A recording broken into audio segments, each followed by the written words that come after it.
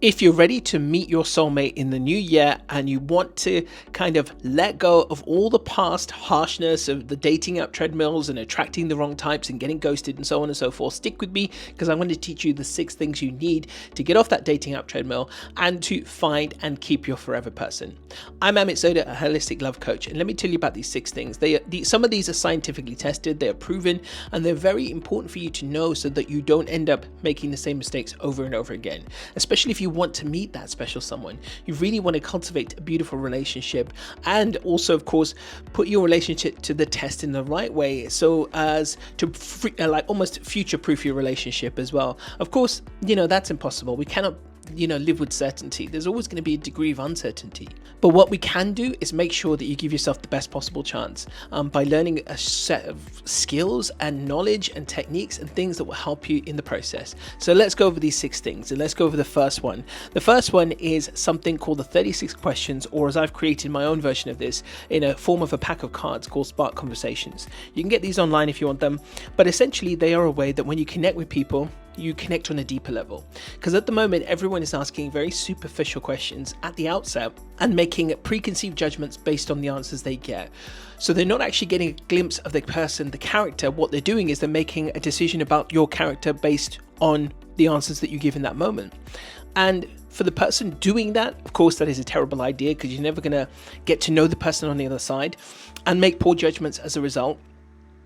And for the person on the receiving end, there is a way to then kind of not deflect, but fine tune the questions you're being asked so that you can actually give better answers to those questions as well. And there are tools to do that. One of the ways that you can use to help connect on a deeper level very quickly is using the 36 questions. If you Google that online, you can find it on my blog too. I'll put a link in the description. Then you can basically ask each other these questions, these set of 36 questions sequentially. And when they did this was a scientific test done by Arthur Aaron and his wife. And they found that people kind of fell in love with each other. They grew to actually feel like they knew the person. It opened a whole deeper dialogue, which meant that people opened up, became vulnerable, more open emotionally, and so forth. Therefore, you felt more connected to the person as well. So whether you want to use the 36 questions or a particular prop on a date, you can do that. So the first step is getting over the superficial part of dating very quickly, because we all do that thing where we'll say, hey, how are you? How's dating going for you? All of those things. We'll do that usually as a self-soothing mechanism to kind of make ourselves feel calm. But once you get through that very quickly, then start asking some deeper questions. Don't ask things like, do you drive? Where do you live? Checking as if they're in your geographical location. And again, making a judgment about someone at the outset without actually getting to really know them. That is no way to do it, and it's just going to lead to bad outcomes for you. So use tools to create deeper conversations, actually get to know people for who they are. And if you encounter people who are asking you superficial questions, you can always fine tune their question for them. You can even say to them, what would be a better question if you were to ask me this? And kind of take them on a bit of a journey about who you are, how you've got to be where you are today. That will help to know and to create that deeper, more fulfilling connection, and also give you both the better chance of connecting together. Number 2, really important, one of the most important things that I personally have come across in 32 years of doing this, and that is understanding the anxious-avoidant loop. In the role of attachment styles, in the role it plays in our lives, and how it affects us, I think there's no bigger one that I've come across than the whole anxious-avoidant loop. There's many dynamics. Generally, you don't get 2 avoidants coming together. You'll often get a secure person attracting anyone, but the biggest pattern and the biggest thing that causes people to struggle the most is this idea of the anxious avoidant loop. That is, you've got one person who has an anxious attachment style based on their primary caregivers, style of supporting them and nurturing them from the get-go, versus someone who's got an avoidant attachment style, again based on their caregivers when they were young and how they were shown love and nurtured from a very young age. So you've got 2 polar opposites coming together. This is probably where one of the phrases "the opposites attracts" came from, because you've usually got an anxious and avoidant coming in together in a dynamic where the anxious person is a little bit kind of skeptical about the person initially, but will take time to break down their walls and trust the person opposite them, whereas the anxious will use the skills they know to break down those barriers quite quickly, be able to connect to that person, get them to drop their guard, then connect. But then what happens is, once that happens, the person who's got the anxious attachment style will get very committed very quickly. And the avoidant will see that commitment and get very spooked very quickly and want to pull away. And so then the anxious will chase the avoidant, and the avoidant will retreat even more so. And you get this continual loop happening to the anxious attachment style. And the avoidant will come to me and say, I don't know why this is happening to me. I meet someone, we finally get together, things are going well, but then I feel a need to pull back. And the anxious is asking me, I attract someone, things are going really well, then suddenly they pull away. Probably two of the biggest questions that I get when it comes to dating coaching and helping people in this area. But if you're aware of this cycle, then you can break it. And so if you're aware of your own pattern, if you were to ask yourself honestly, which side of the coin do I fall into? Am I more anxious or am I more avoidant? And then based on that, if you understand it, you can figure out, okay, cool. So let's have a look at why this is happening first, and then I can do something about it, and then strive to become more secure in my attachment style. Okay, number 3, let's talk about love languages. And I think that there's a big, deep misunderstanding when it comes to love languages. And there is the propensity to think that we only have one love language, but I would say that we have a minimum of 2. So let me explain these really quickly. We generally have a love language of giving and a love language of receiving. So if I were to put this into context in terms of me and my wife, my love language of giving is acts of service. My wife's love language of receiving is quality time. So I need to figure out, how do I reconcile my acts of service with her quality time? And that usually reconciles in a practical form of that if I'm doing my acts of service, that we do it together. So if I'm doing something around the house, I encourage us to do it together. I kind of use that time, that activity, that act of service to turn it into some quality time where we are spending time together, and then she feels more connected. And then on the flip side, my love language of receiving is words of affirmation. My wife's love language of giving is more acts of service. That again, these are kind of very propensity in terms of men and women as well. Physical touch will be in there as well, gifts of course in there as well. But you'll get this a lot where a man's 2 primary love languages will probably be physical touch, and then words of affirmation in terms of his receiving. That's going to be one of the 2 that are going to be dominant in him. Everyone's different, of course, but it's good to know. And then for the woman, it's usually quality time and acts of service are the 2 big ones.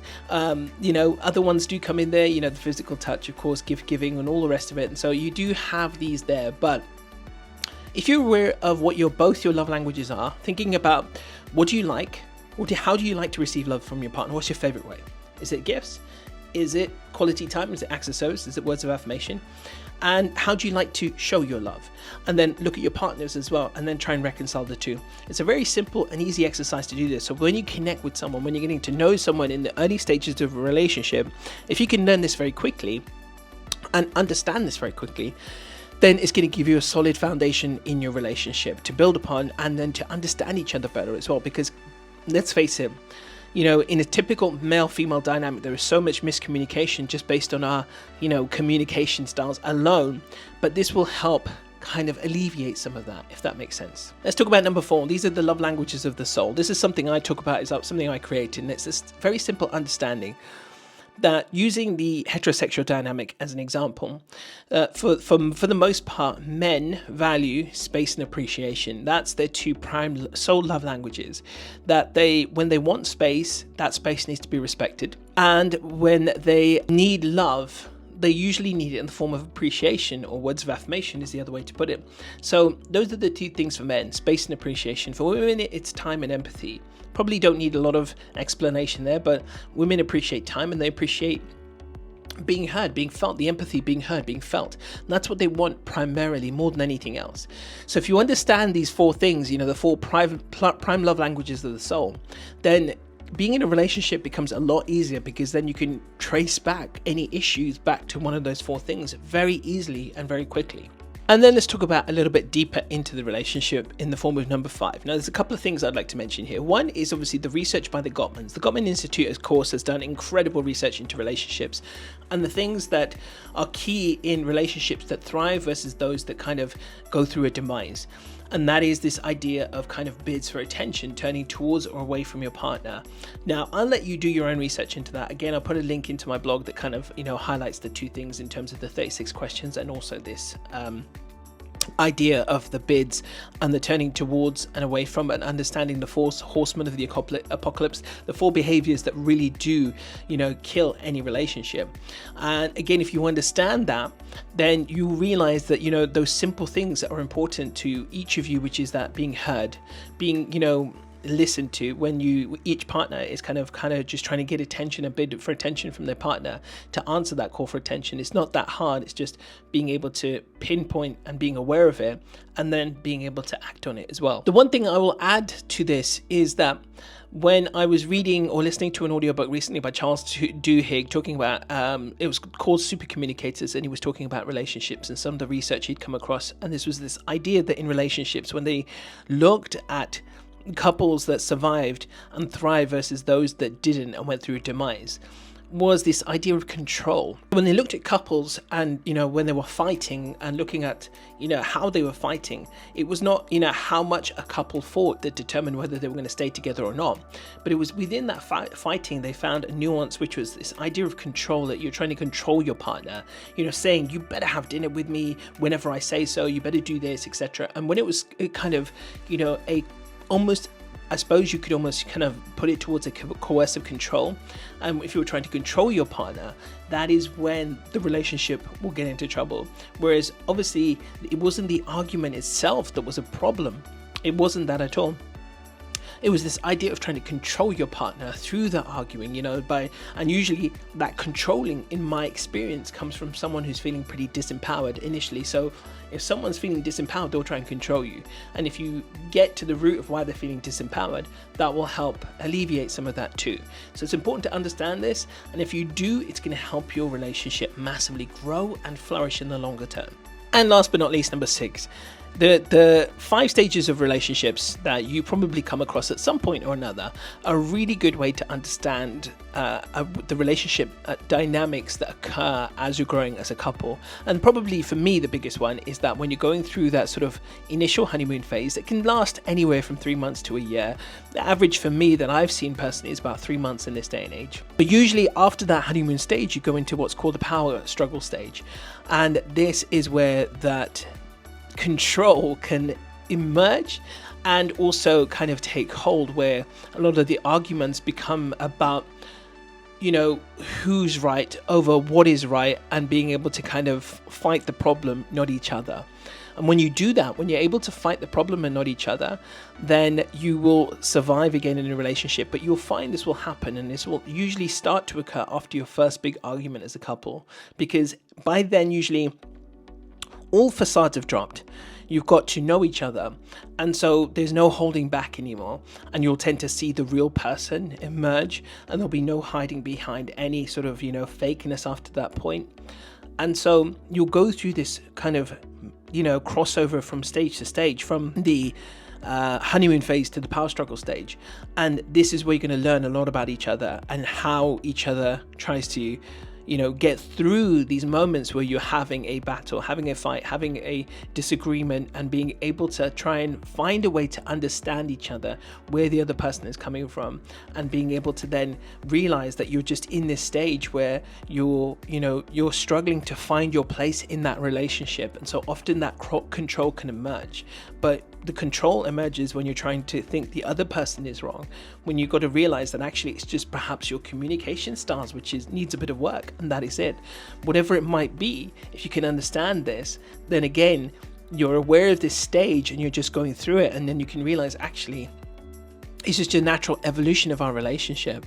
And if I can grow during this process, and I can support my partner in their growth, then our relationship again has a better chance of survival, of growing, of becoming stronger, and laying a beautiful foundation for the future as well. So there we have it, a bit of a scrappy video, but I just wanted to share this as we enter the new year, because I think it's really important to understand all of this. As I mentioned, I've been doing this for a very, very long time, and this is primarily all the stuff that I come across when it comes to dating and relationships. There's a few other nuances when it comes to that early stage of dating and how to handle people, and why did I get ghosted, or why does this keep happening, or why do I keep attracting the same kind of partner? And that again is one of those things we just don't realize, that often we're doing and exhibiting a certain type of behavior that is often attracting and bringing out these kinds of people to us. But when we start to understand our own subconscious cues and our behaviors, then we can do something about it, and we will start to attract different kinds of characters into our lives. So I truly hope this has helped. Let me know in the comments your biggest struggle when it comes to dating and relationships. And as we enter the new year, what would you like to know? What would you like help with? Get in touch, and I will hopefully see you in the new year, and maybe even come to one of my dating masterclasses. It may be helpful to you, it may not, but know that it is there. And if you'd like to come along, you can do. And I hope to see you all in 2025. Have a happy new year.